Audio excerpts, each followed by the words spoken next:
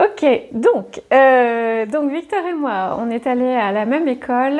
C'est la seule école de mosaïque en Europe, la vraie école de mosaïque, qui dure 3 ans, qui est en Italie et qui s'appelle la Scuola Mosaicisti del Friuli.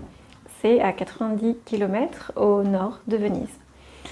Là-bas, on y apprend donc la mosaïque romaine, byzantine, classique vénitienne, moderne, contemporaine et expérimentale. Donc on travaille sur des projets qui sont à la fois personnels et à la fois en groupe. Donc ce qui nous donne la possibilité de savoir ensuite travailler dans le monde réel du travail avec d'autres professionnels et faire des projets plus ambitieux. Et c'est ce qui se passe en fait, par exemple, quand Victor travaille sur ses propres pièces, moi aussi, et des fois on a des gros chantiers à faire qui sont plus d'ordre artisanaux. Et du coup, on travaille ensemble pour que ça aille plus vite et que ce soit plus efficace. Donc là, vous avez vu un petit peu l'univers artistique de Victor, même s'il vient d'emmener ses autres pièces là sur une exposition qui aura lieu cette semaine à Blaye.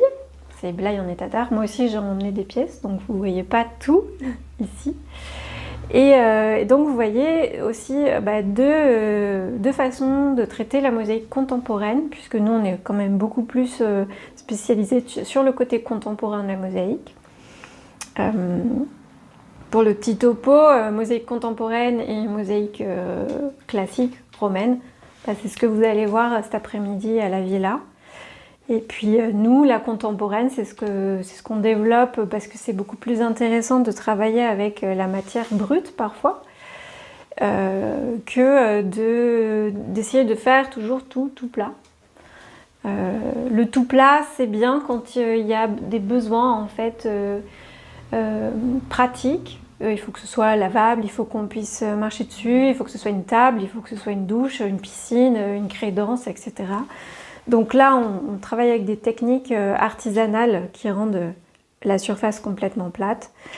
Et par contre, si on veut faire des pièces plus artistiques, plus créatives, on n'est pas obligé d'avoir ces surfaces plates. Et moi, c'est ce que j'aime vraiment travailler dans mes pièces, c'est le mouvement, c'est le relief.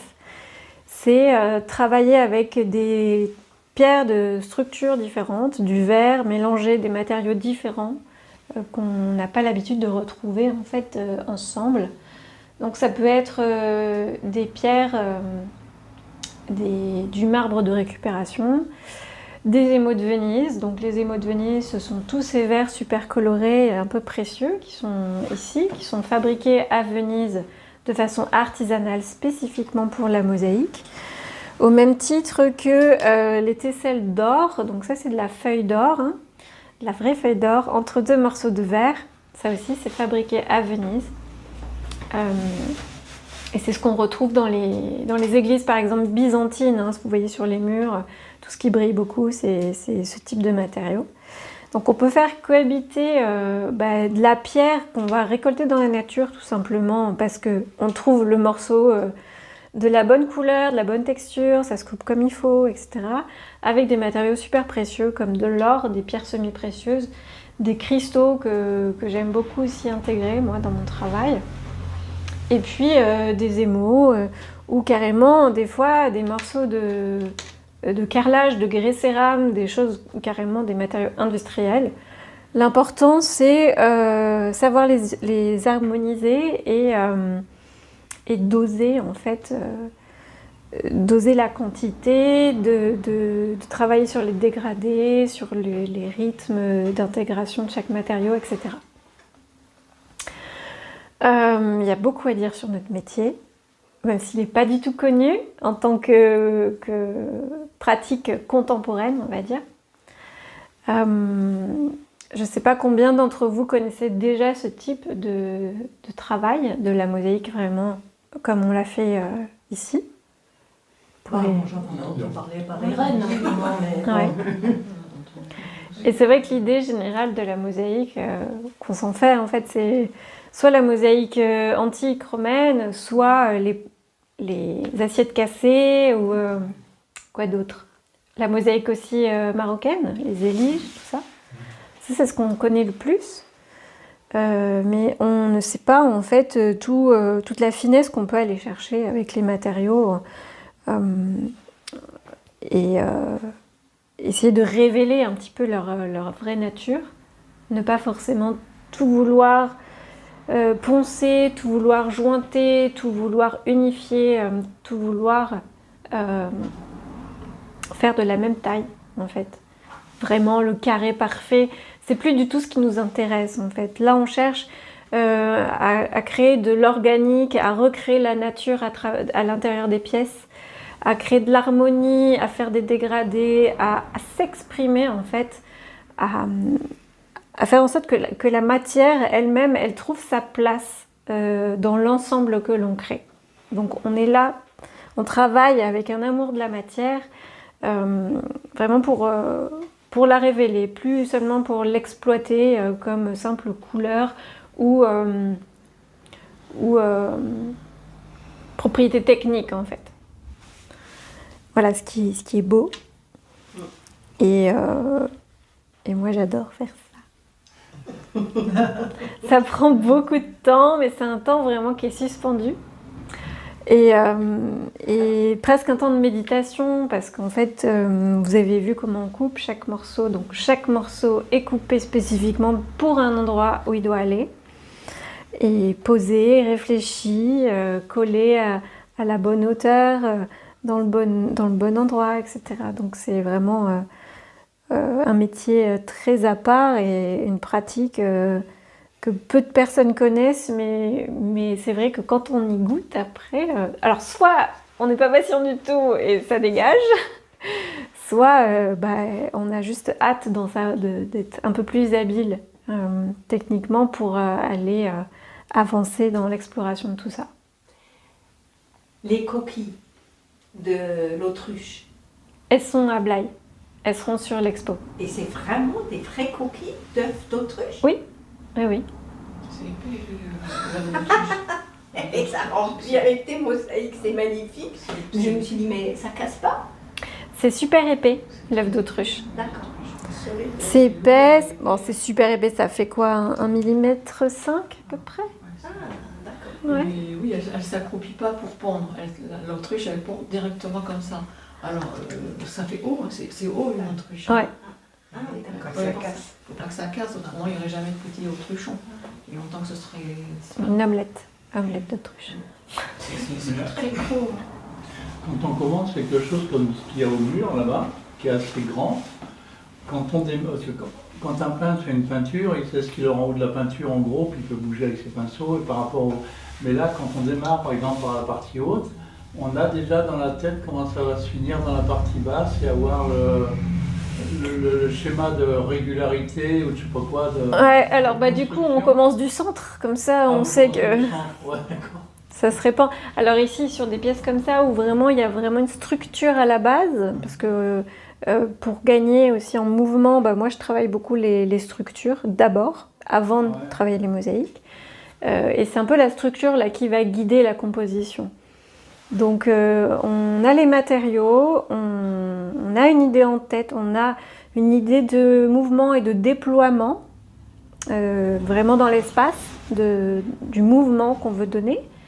Et ensuite, voilà, on place les choses, on essaie des choses, on fait ça marche pas, ça marche, ça va vraiment dans l'énergie que je veux donner au mouvement en fait, de ma création. Et on se dit, ok, peut-être ça, on va le reproduire aussi là pour que ça s'équilibre, etc., etc. Là, je traite avec des morceaux plus petits, là avec des morceaux plus grands, là avec des morceaux plus longs pour donner plus d'élan à la lecture. En fait, il y a plein de techniques. Mais quand on fait ça, quand on a posé un petit morceau, on peut le redéplacer après ou si on n'attend pas le lendemain, oui. On a quand même un laps de quelques heures avant que le mortier colle. En fait. Ouais. Donc c'est cette œuvre-là qui est sélectionnée pour la Biennale. Oui, celle-ci elle part à Venise, donc en septembre, la Biennale Homo Faber à Venise. C'est une étoile de mer, non? Et c'est... Alors, ça représente une étoile de mer. C'est ce que vous voulez. Et c'est celle-là, là derrière, qui était primée ou non? Non, c'est celle qui est derrière le mur. Elle est derrière. Oui, vous pouvez aller la voir. Donc ouais, il y a l'autre, donc qui a eu donc j'ai reçu un prix avec celle, vous pourrez aller la voir, elle est juste derrière le mur. Le prix du concours Atelier d'art de France, catégorie création pour l'Aquitaine. Donc là, je viens d'être primée donc en régional et je prépare le prix national. Donc là, je suis en train de travailler sur un échantillon qu'ils veulent recevoir pour m'évaluer. Donc il y aura l'échantillon et une vidéo qui doit être tournée pour être évaluée pour l'étape nationale, quoi. Voilà. Qu'est-ce que je peux vous raconter d'autre? Je peux vous raconter l'histoire des laitons. le laiton.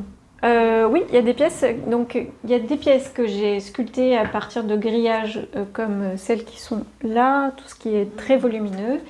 Et il y a d'autres types de créations où j'utilise du laiton pour créer des coques, en fait, ces coques que vous voyez.